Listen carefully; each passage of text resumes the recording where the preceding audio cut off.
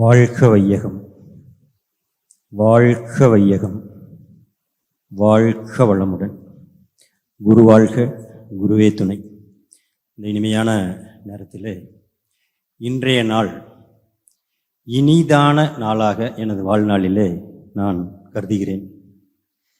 ஏனென்றால் இத்தனை நாட்கள் வாழ்ந்ததற்கும் இனிமேல் வாழ்வதற்கும் நிறைய வித்தியாசங்களை உணரப்போகிறேன் என்கின்ற நம்பிக்கை எனக்கு பிறந்திருக்கிறது. இங்கு செவ்வாய்க்கிழமை இரவு நான் இறங்கிய பொழுது மழை நன்றாக கொட்டி கொண்டிருந்தது. அந்த நேரத்திலே ஒரு வாட்ச்மேன் ஐயா, எந்த இடத்திலும் ஒரு வாட்ச்மேன் மற்ற நிறுவனங்களிலே எப்படி நடந்து கொள்வார், அதே ஆழியார் அறிவு திருக்கோயிலில் இருந்த ஒரு வாட்ச்மேன் எப்படி நடந்து கொண்டார் என்று பார்க்கின்ற பொழுது அங்கேயே ஒரு வித்தியாசம் தெரிந்தது. ஐயா, நீங்கள் எங்கிருந்து வருகிறீர்கள்? ஐயா, ராம்ராஜ் காட்டன்லேருந்து வர்றேன். உங்களுக்கான அறை அன்பு திருநிலையத்தில் ஒதுக்கப்பட்டிருக்கிறது, நேராக சென்று இடதுபுறம் திரும்புங்கள். அவருடைய அந்த வார்த்தைகள் அவ்வளவு அழகாக இருந்தது. இப்படி ஒவ்வொருவருடைய பேச்சுக்களும் வார்த்தைகளும் ஆசிரியருடைய அறிவுரைகளும் கேட்பதற்கு மனதில் அவ்வளவு இனிமையாக இருந்தது. முழுமை நல வாழ்விற்கு மனவளக்கலை யோகா, இதை முழுமையாக உணர்ந்தவர்கள் மட்டுமே இங்கே அளித்து கொண்டிருக்கின்றார்கள் என்பதற்கு இது ஒரு சாட்சி. முதல் நாள் தவமும் தத்துவமும் அப்படிங்கிற தலைப்பில் கொடுத்தாங்க, ஒரு விளக்கம் கொடுத்தாங்க.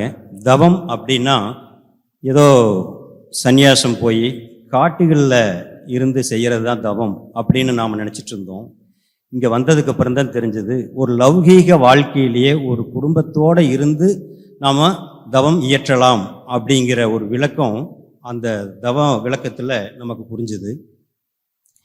உடற்பயிற்சி அப்படின்னு அதை நம்ம சொல்ல முடியாது.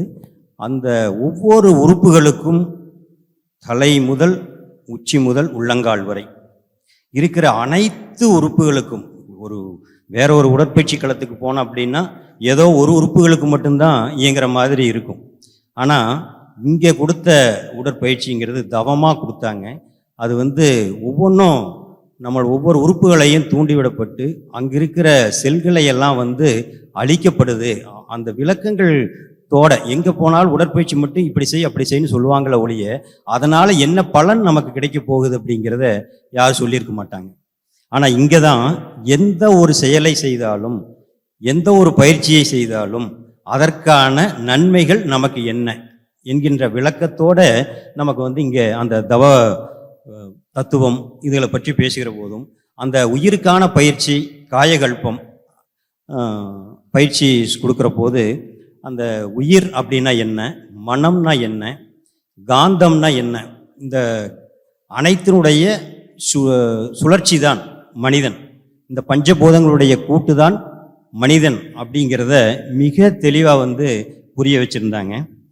அப்புறம் ஆக்னை தவம் உருவ மத்தியில் கொடுக்குறப்போ பிட்யூட்ரிக்கல் கிளாண்டு ஆக்டிவ் ஆகுதுன்னு சொன்னாங்க.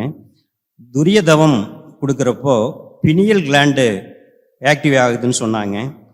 அப்புறம் நம்ம ஆசை ஒவ்வொருத்தருக்கும் வரும். அந்த ஆசை எப்படி சீரமைச்சுக்கிறது, நம்முடைய எண்ணங்கள் எப்படி உருவாகுது, எண்ணம்னா என்ன அப்படிங்கிற விளக்கங்களை மிக தெளிவாக ஆசிரியர்கள் கொடுத்தாங்க.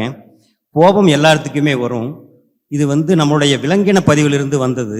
இதை எப்படி நாம் இந்த பதிவை நம்ம அழிக்கிறது, தவிர்ப்பது. ஒவ்வொரு பயிற்சியிலையும் அந்த சொல்லக்கூடிய வார்த்தைகளில் பார்த்தோன்னா ஆசையை சீரமைச்சுக்கணும், சினத்தை தவிர்த்து விட வேண்டும், கவலையை ஒழித்தே விட வேண்டும்.